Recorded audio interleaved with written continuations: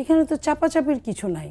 একজনের ভালো মনে নাও হতে পারে, সেটা তার যুক্তি তুলে ধরবে। এখানে সবার জন্যই দরজা উন্মুক্ত। তো সেইখানে সেইটা নিয়ে আপনার সবসময় আন্দোলন করলে আন্দোলনের আর কোনো দাম থাকে না। আপনাকে বুঝতে হবে এর মধ্যে অনেক অনেক কিছু ছিল যেগুলা ওই আপনার সংস্কারের মধ্যে ছিলই না। আপনার পিয়ার পদ্ধতি সংস্কারের মধ্যে ছিল, যেটা নিয়ে এখন এত কিছু হচ্ছে। আরেকটা যেটা প্রক্লেমেশন, যেটা কি বলছিল, সংবিধানকেই তারা ছুঁড়ে ফেলে দেবে, দিয়ে নতুন সংবিধান, দ্বিতীয় সংবিধান তারা গঠন করবে। তারা এগুলা তো চরম পর্যায়ে বাড়াবাড়ি, অতিমাত্রায় বাড়াবাড়ি।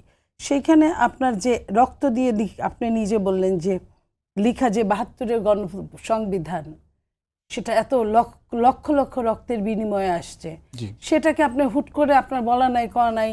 আপনি ওইখানে সংশোধনী আসতে পারে কোনোটা নিয়ে যদি চরমভাবে কোনো সমস্যা হয়।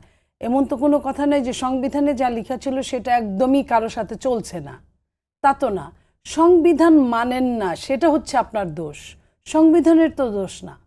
এবং সেইখানে আইনের অনুশাসন নাই, সেটা হচ্ছে আপনার দোষ, সংবিধানের তো এখানে কোনো দোষ নাই। সো সংবিধানকে সংবিধানের জায়গায় সম্মান করতে হবে। আর আপনি এই যে রাষ্ট্রীয়ভাবে না আপনার সংবিধানের ভাবে অ্যাড করে দিবেন, রাষ্ট্রীয়ভাবে দিলে আপনার সমস্যাটা কোথায়?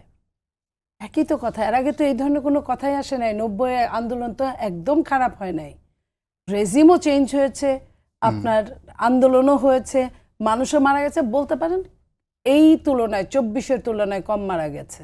সেখানেও ৯ বছর ৯.৫ বছর স্বৈরশাসকের কবলে বাংলাদেশ ছিল, সেখানেও আন্দোলন হয়েছে, সেখানেও আন্দোলনের একটা বেনিফিশিয়ারি পরবর্তীতে সরকারে আসছে। তাহলে এইটা নিয়ে এত কিছু বাড়াবাড়ির কারণটা হবে কেন? আপনাকে সেটা হচ্ছে যে জুলাই সনদ নিয়ে যেটা কথা হচ্ছে, সেটি এনসিপি বলেন বা যারা তরুণ আছে তুহিনের মতো, কিংবা জামায়াত ইসলাম, তারা যাচ্ছে একটি আইনি ভিত্তি হোক। যেহেতু ২ দফায় এতগুলো সিটিং হয়েছে, এতগুলো আলোচনা হয়েছে, সেটা একটা আইনি ভিত্তি হয়ে সেটা একটি মানে বাস্তবায়নের মুখ দেখুক। কিন্তু বাস্তবায়নের মুখ কোথায় দেখবে? আপনার তো সম্পূর্ণ, তারা সম্পূর্ণ চাচ্ছে, সম্পূর্ণই তো হয় নাই, সম্পূর্ণই তো হয় নাই।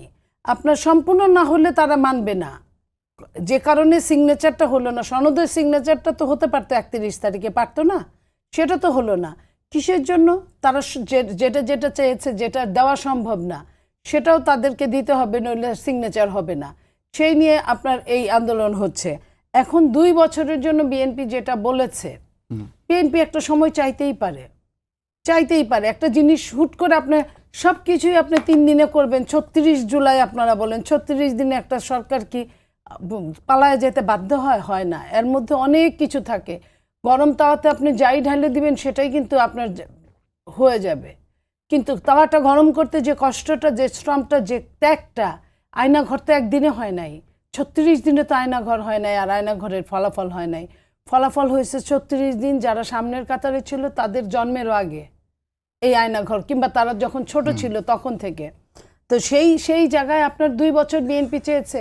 বিএনপি একটা অনেক বড় সংগঠন, বিএনপির সঙ্গে আপনি আলোচনায় বসতে পারেন, এটা নিয়ে কথা বলতে পারেন, ১ দিন ২ দিন ৫ দিন ১০ দিন আপনি বুঝাইতে পারেন, একটা আলোচনা হয়ে একটা সময় কিছুটা কমিয়ে আসতে পারে।